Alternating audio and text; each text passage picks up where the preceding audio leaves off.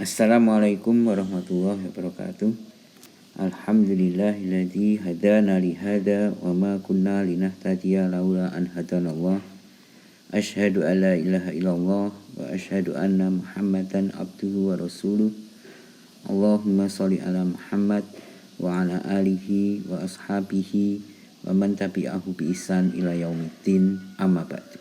Baik, hari ini kita akan menjelaskan atau memberikan gambaran pada Anda tentang alat-alat yang ada di pengendalian proses, ya. Alat-alat di pengendalian proses itu apa saja sih? Kita berikan ilustrasi, ya. Ini semacam informasi saja, yaitu ada sensor, ada transmitter, ya kan, ada filtering, ya. Kemarin sudah kita pelajari di situ. Pada sesi ini target kita adalah Anda akan memahami atau Anda akan tahu nanti, ya, tujuannya Anda akan tahu tentang common sensor type atau jenis sensor yang sering dipakai, ya kan. Common sensor type use, ya, yang sering dipakai di industri itu apa? Untuk pengukuran fisik, quantities, ya, dalam proses kontrol. Kemudian statistic and dynamic properties of sensor and transmitter, ya kan. Bagaimana dengan propertiesnya, ya, secara statistik, static and dynamicnya.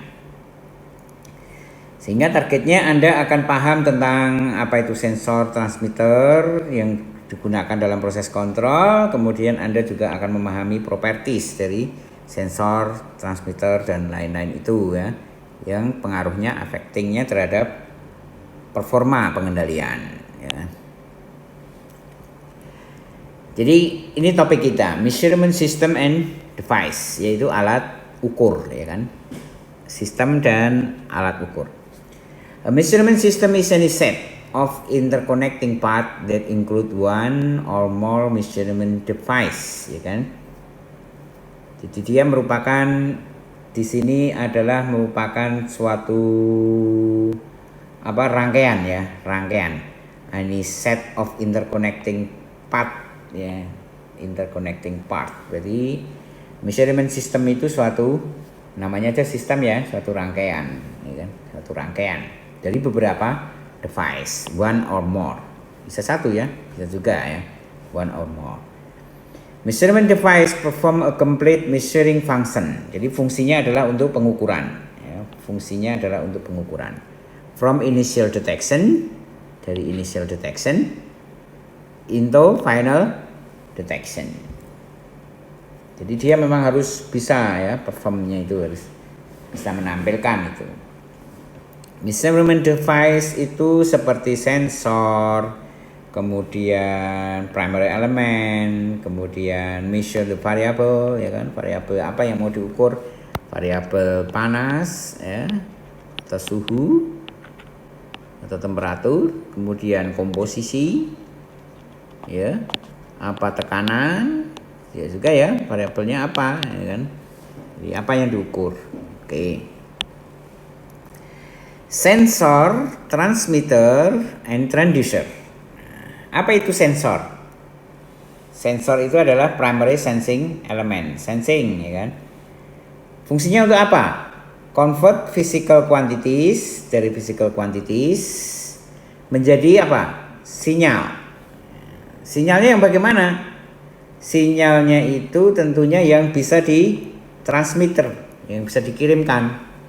Misalnya dia membaca panas, dari panas ini adalah physical quantitiesnya, heatnya, lalu menjadi sinyal. Sinyalnya apa? Sinyal yang bisa dikirim. Sinyal yang bisa dikirim itu, ya, biasanya adalah sinyal listrik, ya kan. Sensor itu kan mengubah dari panas menjadi listrik. Nah, bagaimana caranya itu panas menjadi listrik? Maka dirancang alat, ya kan, yang kalau dia terkena panas akan memberikan aliran listrik yang berbeda. Nah, jadilah itu sensor, ya kan. Tekanan juga sama, ya kan. Tekanan berubah, panasnya, tekanannya berubah, maka listriknya berubah. Itu berarti dia bisa menjadi sebuah sistem sensor. Jadi sensor itu intinya adalah convert dari physical quantities ke signal. Physical quantities ke signal that can be recognized by other component. Artinya sinyal yang bisa bisa ditransmisikan, ya kan? Transmisikan yang bisa dikirim, ya apa, listrik biasanya, ya kan? Tapi tidak harus selalu listrik sih, cuma yang sering listrik. Lalu transmitter itu apa? Nah, jadi ada sensor, transmitter, dan transducer. Transmitter itu apa? Transmitter itu adalah generate sebuah sinyal standar di industri, ya, sinyal dari sensor, dari output sensor itu, ya, dari output sensornya itu, ya kan?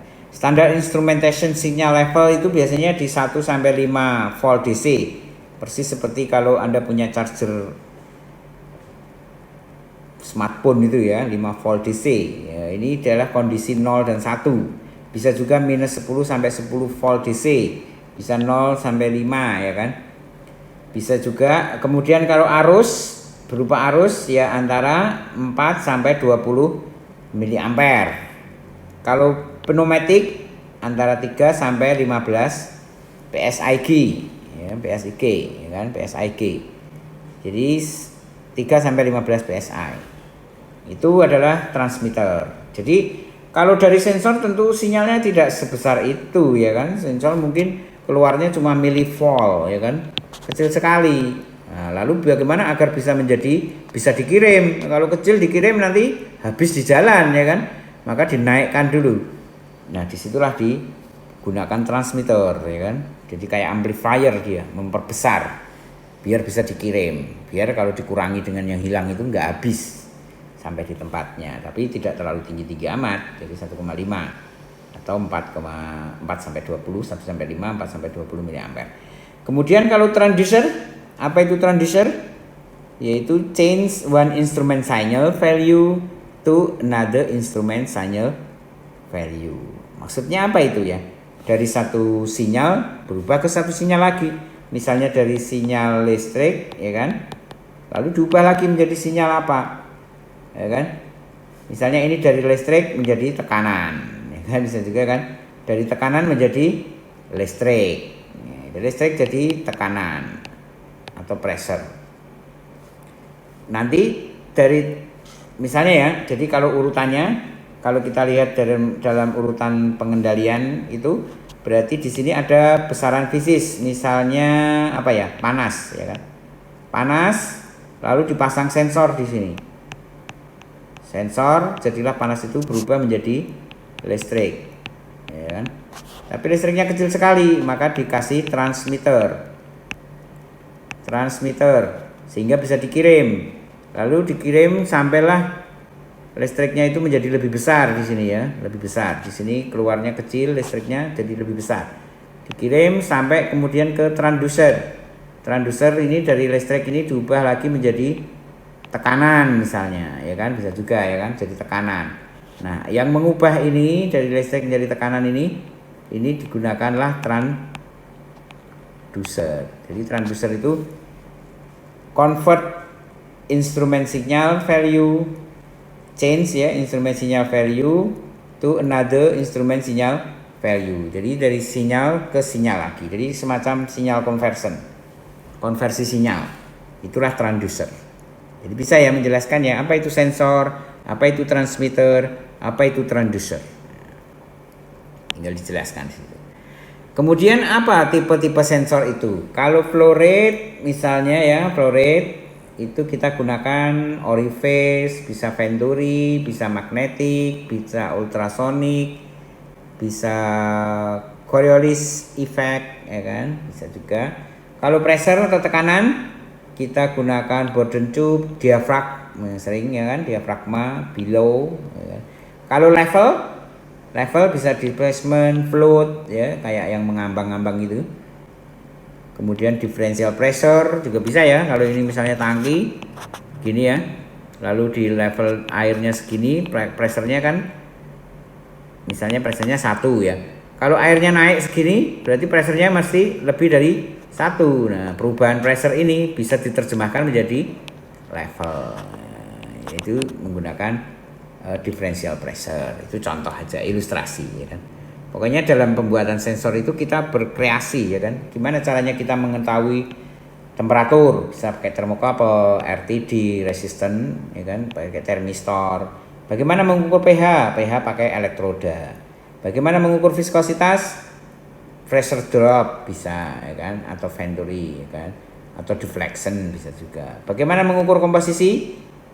Pakai density juga bisa, ya kan, karena setiap campuran itu kan punya density. Ya, jadi kalau misalnya saya pernah tanya di industri, kalau orang membuat bioetanol itu, gimana kamu tahu komposisi bioetanolnya itu berapa persen? Kalau kita analisis ya kelamaan, orang di pasar kan dia harus lihat, ukur, lalu dibeli, ya kan. Nah, dia ternyata ngukurnya pakai densitas. Dia masukkan sesuatu densitas bisa, ya, dapat komposisi. Ngukur logam emas juga begitu, dengan densitas kita tahu, ya kan, berat dan volumenya. Bisa juga ya seperti itu ya. Kreasi lah ya untuk menentukan sensor, tipe-tipe sensor itu dan variabel yang akan kita ukur. Nah, ini hanya contoh saja. Tentunya semakin berkembang nantinya, ya kan. Bagaimana primary measuring element? Ya, di sini nanti di dalam pengukuran, elemen pengukuran itu nanti kita akan mengetahui ada transmitter gain, ada ring, ya kan. Tentunya alat ukur itu punya ring, ya kan, punya jangkauan, ya kan, masa jangkauan ukurnya berapa. Kemudian ada respon time juga, responnya. Jadi alat ukur kan ada yang cepat, ada yang lambat, ya kan. Ngukur suhu, temperatur nggak naik-naik karena dia lambat, ya kan. Bisa juga ngukur cepat responnya.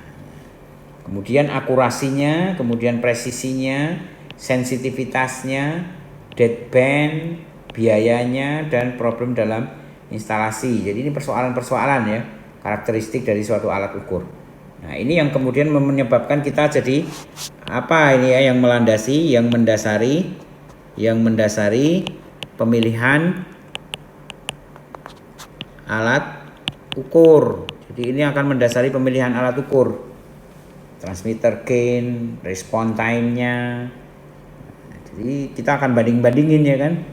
Variabel kita mau mengukur temperatur pakai termokouple atau pakai RTD atau pakai sensor LDL. Nah, itu kita mesti akan melihat akurasinya, ringnya, ya kan, presisinya, sensitivitasnya bagaimana dan lain-lain. Nah, ini contoh, ya kan.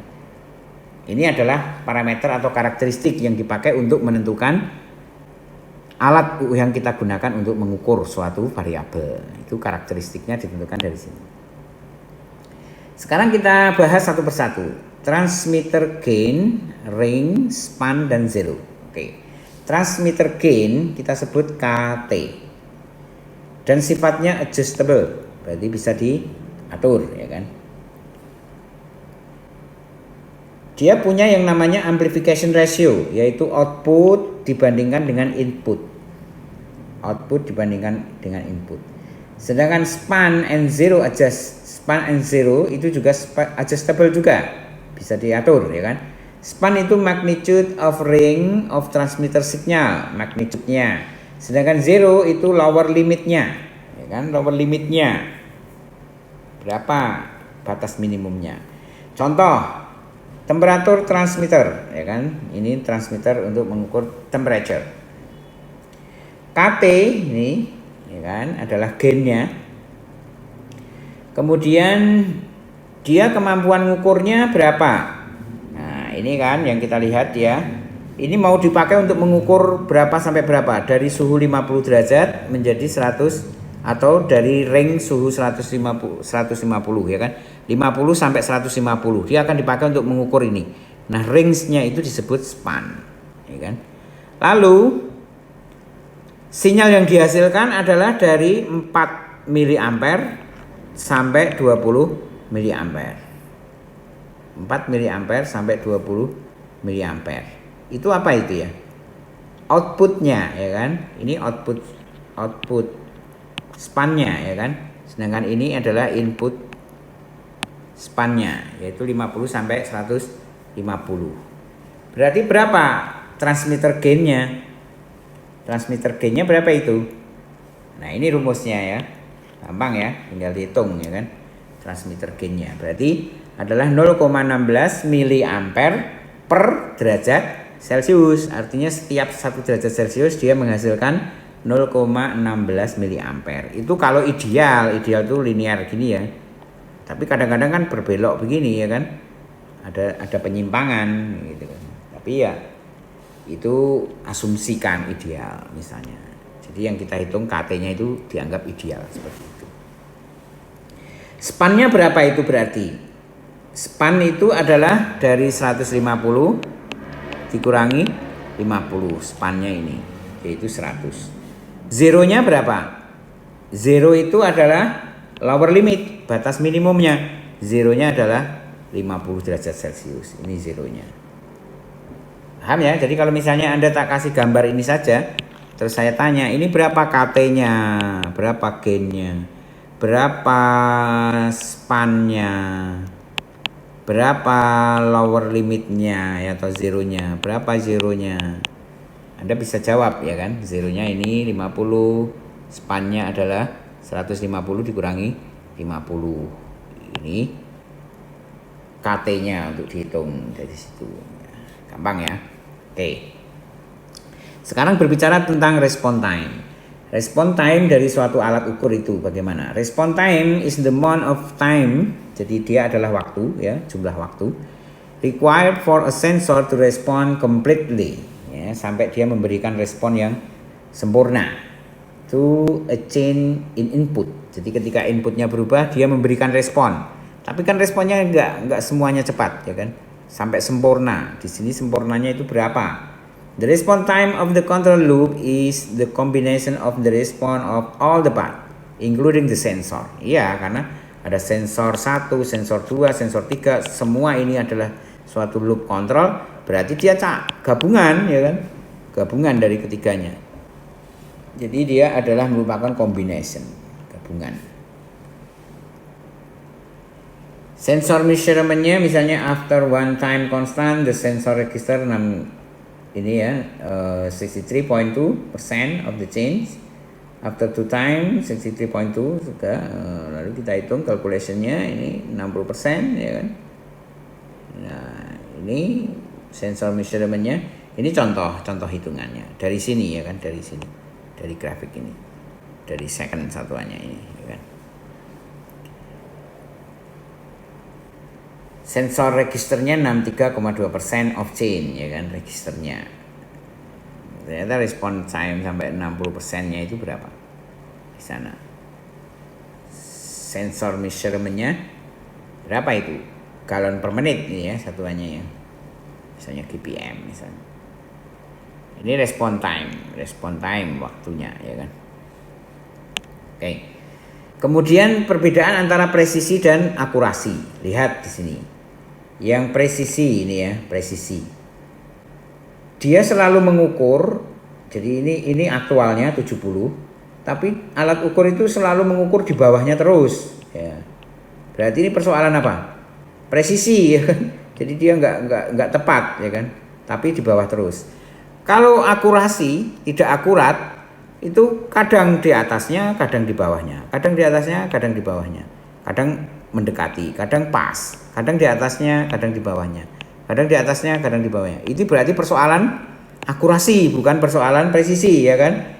Ini persoalan akurasi, ini persoalan presisi. Berarti sebenarnya lebih mudah mana kita menghandle alat ukur itu? Yang presisi tapi tidak akurat, atau yang akurat tapi tidak presisi? Kalau tidak akurat pasti tidak, kalau tidak akurat ya pasti tidak presisi ya kan. Tapi kalau presisi dia bisa akurat. Nah ini selalu kurang terus, gampang ini kita tinggal koreksi aja ya kan. Karena presisinya kurang ya berarti kita tambah sedikit. Lebih mudah ini resikonya lebih kecil ya kan. Lebih kecil resiko ini. Artinya masih bisa diakali kalau yang ini. Tapi kalau yang tidak akurat ini, yang akurasinya buruk, walah kita bingung juga ini ya kan. Seperti tes rapid test itu ya kan. Yang rapidnya positif ternyata bisa juga hasilnya negatif. Yang rapidnya negatif hasilnya bisa positif juga. Lah ini kan namanya nggak akurat ya kan. Tapi kalau yang negatif hasilnya selalu negatif, yang positif bisa juga hasilnya negatif. Nah, itu namanya masalah presisi ya kan. Itu masalah presisi. Oke. Bisa dipahami ya. Ini presisi dan akurasi. Kemudian tentang tipe-tipe errornya ya kan. Ini ada random error yang errornya berubah-ubah ya kan, systematic error, bias, total error, maksimum errornya. Ya, tidak terlalu rumit lah ya ini. Udah. Sekarang berbicara tentang sensitivity. The sensitivity of the sensor is a measurement of how small a change in the process variable it can actually measure.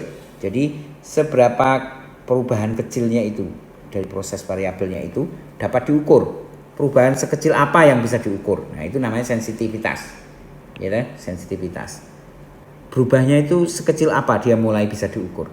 Kalau perubahan kecil sekali bisa diukur, berarti alat itu sangat sensitif, ya kan? Bagaimana dengan deadband? Deadband itu berarti ada suatu daerah di mana alat itu tidak mampu mengukur atau tidak mampu memberikan respon yang baik, ya, ya kan? Unresponsive. Jadi deadband. Jadi ada area tertentu dia tidak mampu mengukur di area itu. Kemudian ada the time juga. Kemudian tentang cost dan installation problem, nah itu cukup mudah ya. Ini ya masalah biaya aja, harga ya kan. Dan masalah pemasangannya, mudah atau tidak, humidity, temperature, vibration dan sebagainya. Oke, kemudian signal transmission type. Nah, sekarang kita pengen tahu apa sih tipe-tipe sinyal transmisi itu. Yang paling mudah elektrik ya, jadi dari panas kemudian diubah menjadi listrik atau elektrik. Namun bisa juga ya panas diubah menjadi pneumatik, tekanan ya kan, menjadi bertekanan. Atau optical, panas bisa nggak diubah menjadi optical? Ya warna ya kan, warna tertentu kan menunjukkan suhu, bisa juga. Panas menjadi sebuah gelombang radio, bisa enggak? Elektromagnetik ya, elektromagnetik lah radio itu kan, bisa enggak? Ada juga ya. Atau hidrolik, panas menjadi sebuah gerak, bisa enggak? Bisa juga ya kan. Nah, ini namanya jenis-jenis sinyal transmisi. Jadi dari suatu besaran diubah ke sinyal yang ini bisa dikirimkan ya kan, listrik, tekanan, optical, radio dan seterusnya bisa dikirimkan. Kemudian tentang smart transmitter, ada nanti alat yang namanya AD, yaitu analog. Ini dari singkatan analog to digital, ya kan? Kalau analog tuh 0 sampai 10, digital tuh 0 1 gitu ya. Jadi dia hanya benar salah. Analog itu kayak IC ya kan. Jadi kemudian ya ini elektrik banget ya, dari analog ke digital, lalu digital diolah ya kan. Ini satu alat pengolah komputer ya, kalau memori kalau sudah digital kan pakai komputer, lalu nanti digital dikembalikan ke analog untuk jadi output analog lagi ya, jadi satu rangkaiannya biasanya. Bagaimana dengan pengukur flow? Ada ya, differential pressure, mekaniknya, displacement, velocity, mass meter. Ini cuma pengetahuan saja ya. Differential pressure itu seperti apa? Ini juga cuma pengetahuan. Cuma pengetahuan bagi Anda. Oke. Nah, ini contoh model-model alatnya ya kan. Orifice, Pitot tube, Venturi, flow nozzle dan seterusnya. Ini contoh alat mechanical displacement ya, mechanical displacement. Gimana nih cara kerjanya ini? Nah, ini akan saya kasih tugas nanti ya kan. Coba cari informasi tentang cara kerja ini, cara kerja alat ini, ya, cara kerja alat-alat ini, alat-alat ini. Ini kan terkait dengan apa ini? Flow ya. Wah, ini sering kita temui ini ya kan. Venturi, Pitot tube. Nah, coba ada 1 2 3 4 ya kan. Turbine meter, kemudian rotating disc, rotating vane. Nah, coba saya suruh ini ya untuk mencari informasi tentang cara kerja ini, prinsip kerjanya itu bagaimana. Carilah ya, cari informasinya. velocity meter, ini kan velocity meter, magnetic flow meter, vortex flow, ultrasonic, cara kerjanya bagaimana. Oke, mass meter, pengukur massa ya, pengukur massa. Wah, ini banyak juga ya alat-alatnya, ini contoh. Tapi di sini cuma kita tunjukkan cuma gambar. Tapi saya akan kasih tugas Anda untuk mencari cara kerjanya. Bagaimana itu cara kerjanya? Baik, mungkin tidak banyak yang bisa kita sampaikan untuk di sini, hanya informasi saja, tapi tugasnya ini yang banyak ya kan. Nah, Anda saya kasih tugas untuk memberikan apa ya yang kita kasih yang lebih mudah apa ya. Temperature ini cukup mudah ya, temperature. Oke, ini saja ya tugasnya yang flow tadi. Karena ada banyak variasi nih ya, 3 slide, 3 ini 1, 2, 3, 4 orifice, venturi, pitot tube, flow nozzle ya kan. 7 ya, sama turbine meter, nutratic disk, dan rotating vane. Oke, ini tugas ya, tugas yaitu mencari cara kerja alat-alat ini ya kan. Nggak usah terlalu panjang lebar, yang penting simple, jelas apa prinsip kerjanya. Baik, demikian untuk kuliah kita hari ini, tidak terlalu banyak ya, ini cuma informatif, tapi saya beri tugas ini Anda untuk memahami ini, biar Anda punya pengetahuan ya, cari informasi. Baik, semoga bermanfaat. Kita lanjutkan minggu depan untuk kuliah yang lain. Kita akhiri, Assalamualaikum warahmatullahi wabarakatuh.